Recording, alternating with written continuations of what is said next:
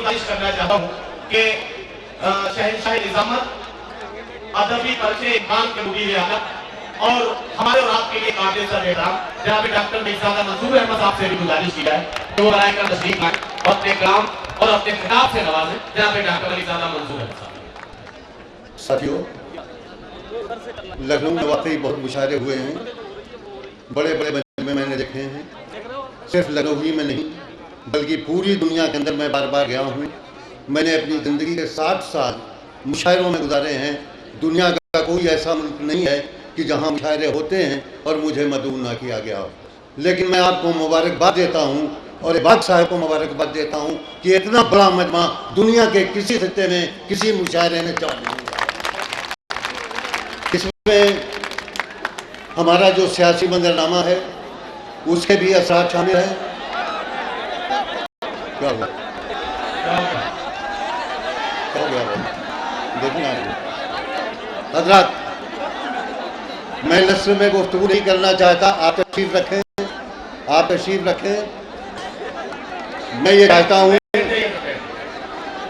कि आज उर्दू के हवाले से ये जो बड़ा मजमा जमा हुआ है इसके लिए मैं इबाद साहब को मुबारकबाद देता हूँ, उनके साथियों को मुबारकबाद देता हूँ, लखनऊ वालों की तरफ से मुबारकबाद देता हूँ कि इतना यहाँ पर फैल आए, फिराक आए, फराज आए। कोई शायर ऐसा नहीं था दुनिया का जो लखनऊ में ना आया हो। लेकिन आज जहाँ मजमा मैं देख रहा हूँ, मैंने दुनिया के किसी खिते में मुशायरे में इतना बड़ा मजमा नहीं देखा। इसके लिए मैं इबाद को और उनके साथियों को मुबारकबाद पेश करता हूँ।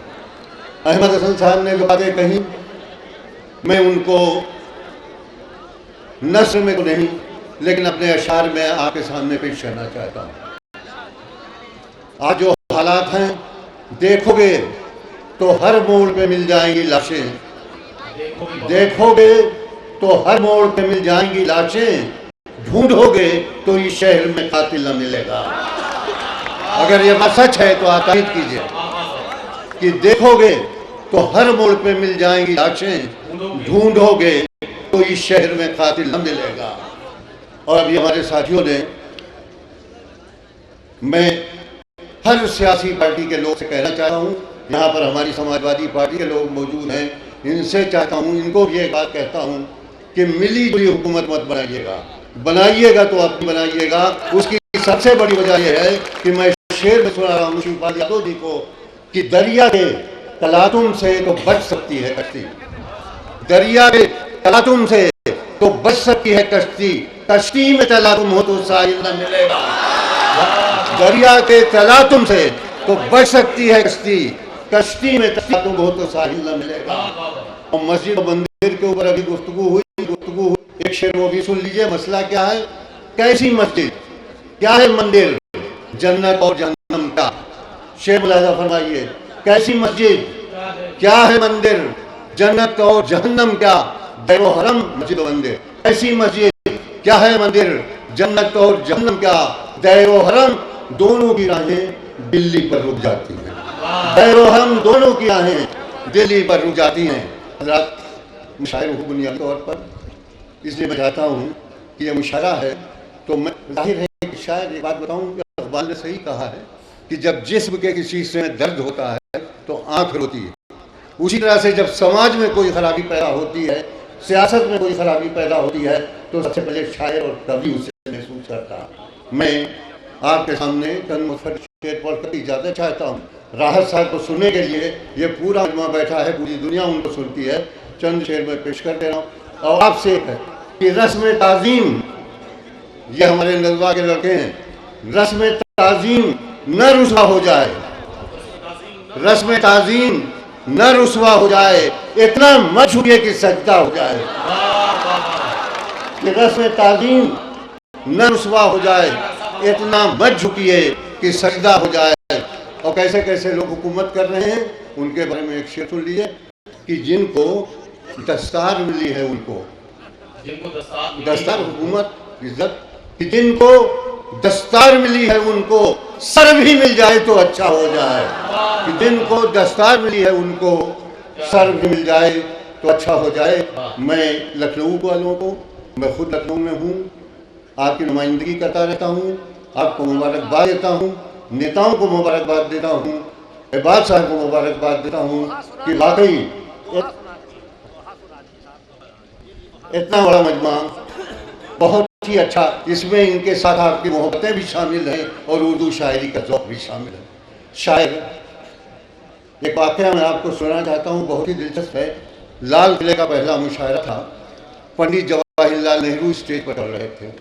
سیڑھی اونچی تھی، جب وہ چڑھنے لگے تو سیڑھی کچھ لڑکھڑائی. ان کے پیچھے ہندی کے مشہور کوی دنکر جی تھے. تو جب پنڈت جی کا قدم لڑکھڑائے تو دنکر جی نے ان کو سنبھال لیا. پنڈت جی نے کہا دنکر تم نے اچھا کیا کہ مجھے سنبھال لیا، ورنہ میں گر جاتا.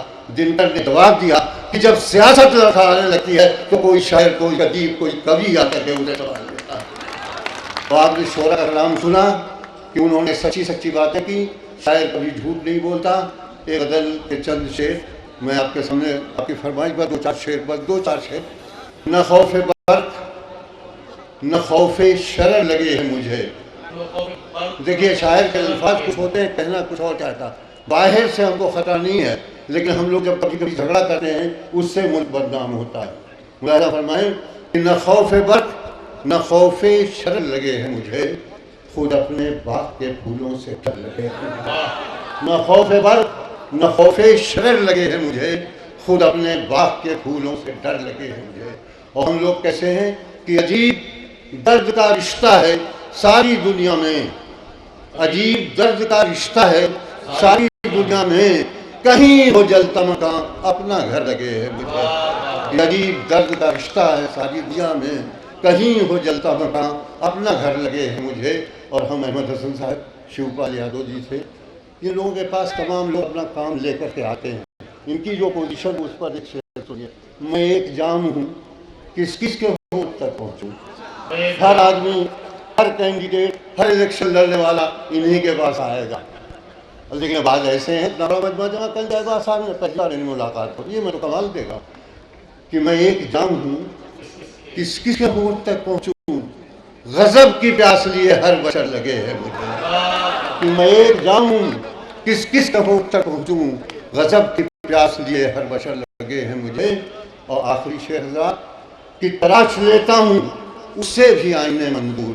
شاعر ہوں تراش لیتا ہوں اس سے بھی آئینے منظور، کسی کے ہاتھ کا پتھر اگر لگے ہے مجھے، نہ کوئی نہ خوف برق نہ خوف شرر لگے ہیں مجھے، خود اپنے باغ کے پھولوں سے ڈر لگے ہیں مجھے. عباد صاحب آپ کے ساتھیوں کو اتنا بڑا مظاہرہ میں نے نہیں دیکھا. یہ لوگ آپ کو مبارکباد دے رہے ہیں اور امید کر رہے ہیں کہ ہمارے اچھے لیڈر ہماری سربراہوں میں آئیں تاکہ ہمارے ملک کا نظام خوبصورتی کے ساتھ چلے اور وہ تصورات آ جائیں جو مجاہدین آزادی نے آزادی کے پہلے دیکھا تھا. شکریہ.